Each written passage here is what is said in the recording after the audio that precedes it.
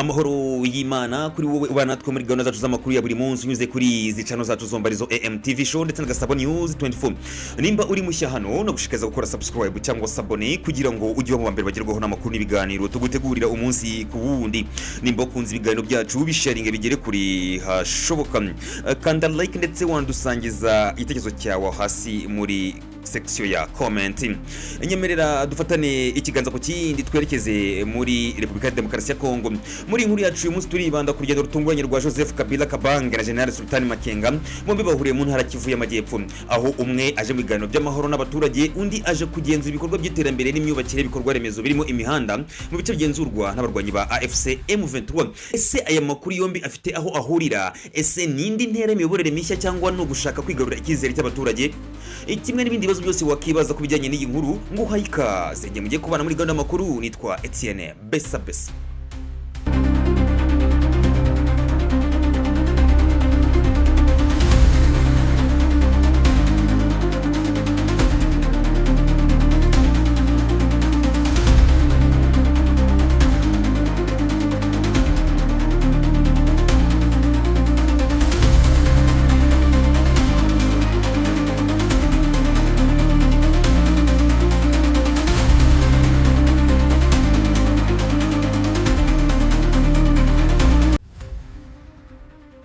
Nguhaye ikaze. Joseph Kabila Kabange wahoze ari perezida wa Republika ya Demokarasi ya Kongo yageze i Bukavu kuri uyu wa kabiri avuye i Goma nyuma y'ukwezi yaramaze mu burasirazuba bw'iki gihugu kuva avuye mu buhungiro. Uru ruzinduko rwatunguye benshi cyane kuko ruje mu gihe Bukavu na Goma ubigenzurwa n'abarwanyi ba AFC M23. Kabila Joseph Kabange wakweho ubudahangarwa nk'umusenateri w'ibihe byose muri Gicurasi muri uyu mwaka turimo 2025 ari gushinjwa n'ubutegetsi bwa Perezida Felix Tshisekedi kuba afitanye umubano w'abugufi n'abarwanyi ba M23 leta Kinshasa ifata nk'umutwe w'iterabwoba. Nubwo ibyo abihakana bavuga ko aje kwiyegereza abaturage no gutanga umusanzu mu gushaka amahoro arambye. Mu mpera z'ukwezi kwa Gicurasi no mu ntangiriro za Kamena, Kabila Kabange yagiranye ibiganiro bitandukanye igoma n'inzego zitandukanye zirimo abahagarariye amadini atandukanye barimo Kiliziya Gatolika, Abaprotestanti, Abayisilamu n'abandi bahagarariye amadini atandukanye akorera mu mujyi wa Goma n'abakuru b'amoko atandukanye. Yahuye n'abakuru b'imiryango igize societe civile muri Goma, aho n'abacuruzi n'abayobozi b'inganda zitunganya coltan na gasegereti. Mu biganiro byose Kabila yakomeje kugaragaza ko intumbero ye ari ukumva ibibazo by'abaturage, ariko anashimangira ko hashobora kubaho ibisubizo bikomeye bikenewe kugira ngo amahoro agaruke muri Kongo. Abatavuga rumwe na leta ya Kinshasa bakomeje kubona urugendo nk'uburyo bwo kongera kwigarurira urubuga rwa politike kuri Joseph Kabila Kabange. Umubano wa Kabila Joseph wabaye perezida wa Kongo imyaka 18 ndetse na Perezida Felix Tshisekedi umaze imyaka urimo urwikekwe, aho kuva mu mwaka 2020 warushijeho kuzamba. Benshi bavuga ko kuba abarwanyi ba M23 barongeye kubura imirwano mu burasirazuba bwa Kongo kandi bakaza bafite imbaraga zisumbuyeho, ibi ngo bifitanye isano na Kabila. Bavuga ko Kabila ari we boss cyangwa se umuyobozi mukuru w'aba barwanyi, nubwo n'ibimenyetso byatanzwe ku mugaragaro. Perezida Tshisekedi amaze igihe ashinja ibihugu by'abaturanyi by'umwihariko u Rwanda gufasha M23, ndetse kandi bamwe bakeka ko na Kabila afite uruhare mu buryo butaziguye muri iyi intambara. Uruzinduko rwa Kabila kandi rubaye mu gihe i Doha na Washington hakomeje inama zihuza intumwa za Kinshasa n'intumwa za Kigali zishyigikiwe na Leta Zunze Ubumwe za Amerika hagamijwe gusinyana amasezerano y'amahoro hagati y'impande zombi. Kugaruka kwa Kabila mu burasirazuba bwa Kongo byafashwe n'abahanga muri politiki nk'ikimenyetso cy'uko ashaka kugarura ijambo rye mu bibazo by'uburenganzira n'umutekano w'akarere. Amakuru atugeraho aremeza ko Joseph Kabila Kabange aje mu ntara Kivu y'Amajyepfo mu rwego rwo kugira ngo aganire n'inzego zitandukanye hagamije kurebera hamwe igisubizo kirambye cy'intambara imaze imyaka yarayoguje uburasirazuba bwa Repubulika ya Demokarasi ya Kongo.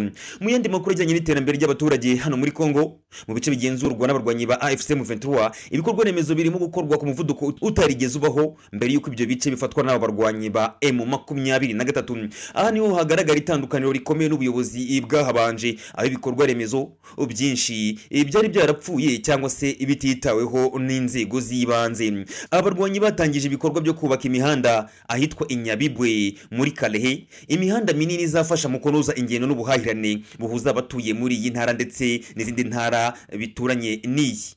General Sultan Makenga, umugaba mukuru w'ingabo za ARC, yasuye ibikorwa by'ubwubatsi bw'umuhanda wa Nyabibwe kuri uyu wa kabiri, akaba yaraherekejwe na General Byamungu n'umuvugizi w'ingabo za M23 Colonel Wilingoma. Iyi mihanda byitezwe ko izafasha mu bijyanye n'ubuhahirane hagati y'uturere dutandukanye two muri iyi ntara, kwihutisha ubutabazi no koroshya ubuhahirane.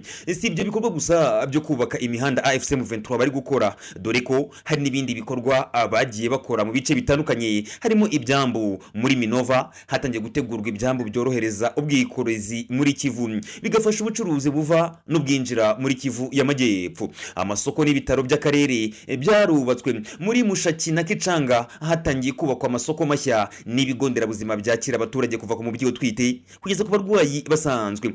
Mbere yaho abaturage muri ibyo bice bajyaga kwivuza kure cyangwa bagatakaza ubuzima batabonye ubutabazi. Amasomero y'abana Irucuru hari kubakwa amashuri 3 y'incuke n'amashuri abanza agenewe abana. Ni ikimenyetso cyo gushora mu burezi nk'ishingiro ry'amahoro arambye. Hari ibindi bikorwa birimo kubaka ibigega by'amazi meza. Hatangijwe umushinga wo kubaka amazi meza mu gace ka Bunagana na Kiwanja, aho ingabo za AFC M23 zifashishije imashini zo gucukura. Mbere yaho abaturage bifashishaga amazi bavomaga mu migezi, n'amazi bivuga ko yabaga yanduye akanabatera intwara zitandukanye. Ugiyanije n'ubuyobozi bwari bwarahabanje ibikorwa biri gukorwa na AFC M23, biragaragaza igipimo gihanitse cy'ubushake bwo kwegereza abaturage serivisi. Nubwo hari impaka z'uburyo iyi mitwe yitwara gisirikare yageze ku butegetsi muri ibi bice, hari impinduka ku bijyanye n'imibereho y'abaturage. Ibikorwa remezo birimo kubakwa, imihanda yaratunganijwe, ubuvuzi burahari, amashuri arubakwa. Ibi byose bifatwa nko kwitandukanya n'ubuyobozi bwashinjwaga kutagera ku nshingano, ruswa no kwirengagiza abaturage. Kugaruka kwa Kabila mu burasirazuba bw'iki gihugu ku buryo butunguranye bifatwa na benshi nk'ubutumwa bw'intambara ya politiki hagati y'abashaka guhoshya intambara n'abashaka kuyibyaza inyungu. Ibikorwa bya M23 byo kubaka ibikorwa remezo nabyo biri gushimangira ko bashaka kwigaragaza nk'ubuyobozi bushingiye ku baturage. Uyu ni umusozo wacu w'iyi nkuru. Reka ngushimire cyane ubana natwe muri gahunda z'amakuru yacu ya buri munsi unyuze kuri izi channel zacu zombi arizo AM TV Show ndetse na Gasabo News 24. Amakuru nk'aya nakagaruka. Shalom.